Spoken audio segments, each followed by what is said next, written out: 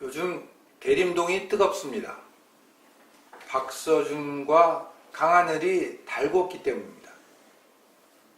세대불문, 남녀불문, 흥행몰이가 그래서 뜨겁습니다. 풋풋함과 유쾌함이 묘하게 어우러진 결과입니다.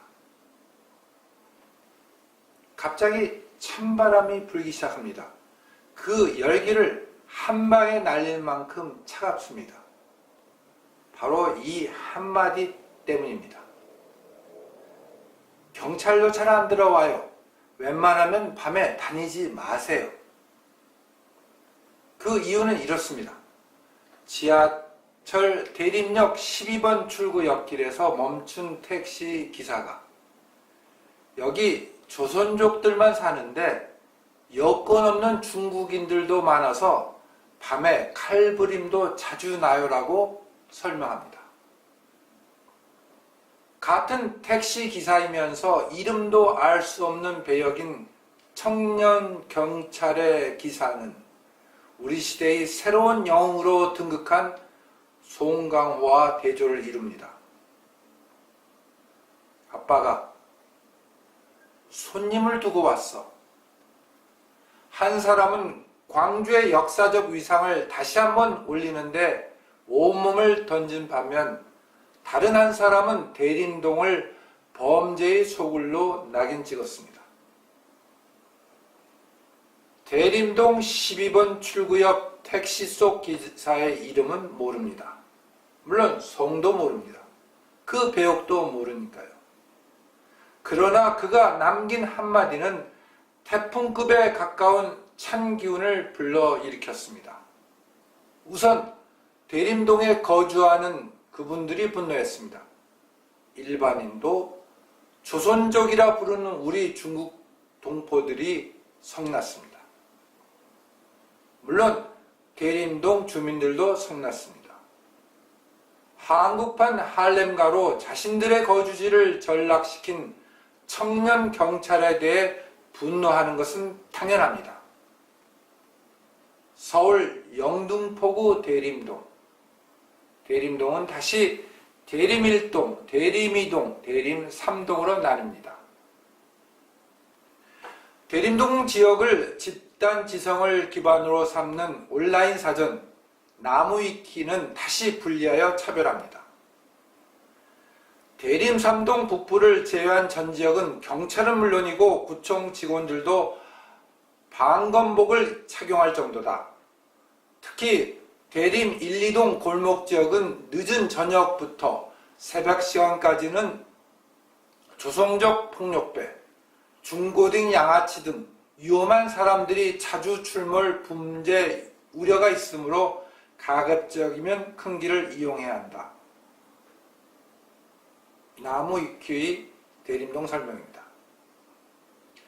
나무위키 자극보다 청년경찰의 자극이 훨씬 컸습니다. 아니, 나무위키는 집단적 분노를 유발시키는 데 실패했습니다. 우리나라에서 아직 집단 지성에 대한 신뢰도가 낮기 때문일 것입니다. 분노 대상조차 되지 못한 셈입니다. 청년경찰은 오히려 이번 기회에 대림동을 업그레이드 시킬 수 있습니다.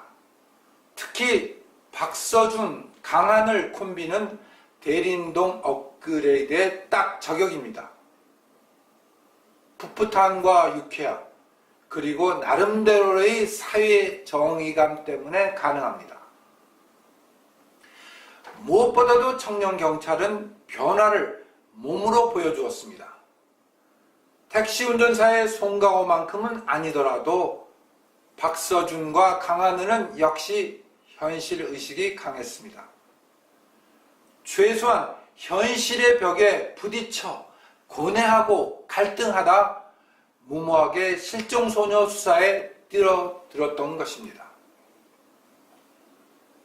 눈앞에서 한 소녀가 괴한들에게 납치된 것을 목격하고 강남 경찰서에 신고하지만 경찰대 출신 선배라는 강력계 형사는 서정님 지시가 우선이라며 외면합니다. 여기에서 박서준과 강하늘은 고뇌하고 갈등했고, 그리고 거기에서 멈추지 않았습니다. 대조적으로 대한민국의 공무원, 특히 국민의 안전과 생명을 책임져야 할 경찰은 행정 우선주의의 고루한 무사안일주의를 벗어나지 못했습니다. 그럼에도 불구하고 박서준과 강하늘은 좌절하지 않았습니다. 아름다운 청년으로 변화했습니다. 법을 어겨서면까지도 경찰놀이를 통해 수많은 소녀들을 구하고자 겁없이 달려드는 아름다운 청년, 사명감의 예비경찰로 변신합니다. 이 같은 변신에 기대어 박서준과 강하늘 딱 하루만 대림동에서 생활한다면 영화 속에서의 변신이 현실의 변실로 승화할 수 있다는, 업그레이드 될 수 있다는 소망을 펼쳐봅니다. 그럼 대림동은 대한민국의 대표적 관광명소로 안전하고 다양한 상업지역으로 다시 거듭납니다. 그때 대림동 주민은, 그리고 그곳에서 생계와 함께 일상을 살아가는 중국 동포들은 박서준과 강하늘을 자신들의 진정한 영웅으로 받들 것임이 틀림없습니다. 청년경찰 제작자의 궁색한 변명이 더 이상 필요 없습니다. 중국 동포에 대한 편견에서 나온 설정은 아니다.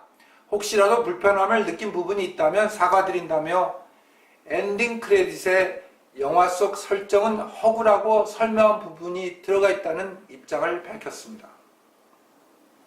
이것만으로는 청년 경찰의 상영 중단과 제작진의 사과를 요구한 대림동 주민들과 중국 동포들의 분노를 잠재울 수 없습니다. 단지 하루면 충분합니다.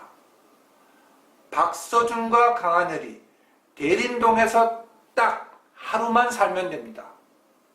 그럼 청년 경찰은 택시 운전수와 더불어 진정한 한국 영화의 쌍끌이가 될 수 있습니다. 박서준, 강하늘, 대림동에서 딱 하루만 살아라.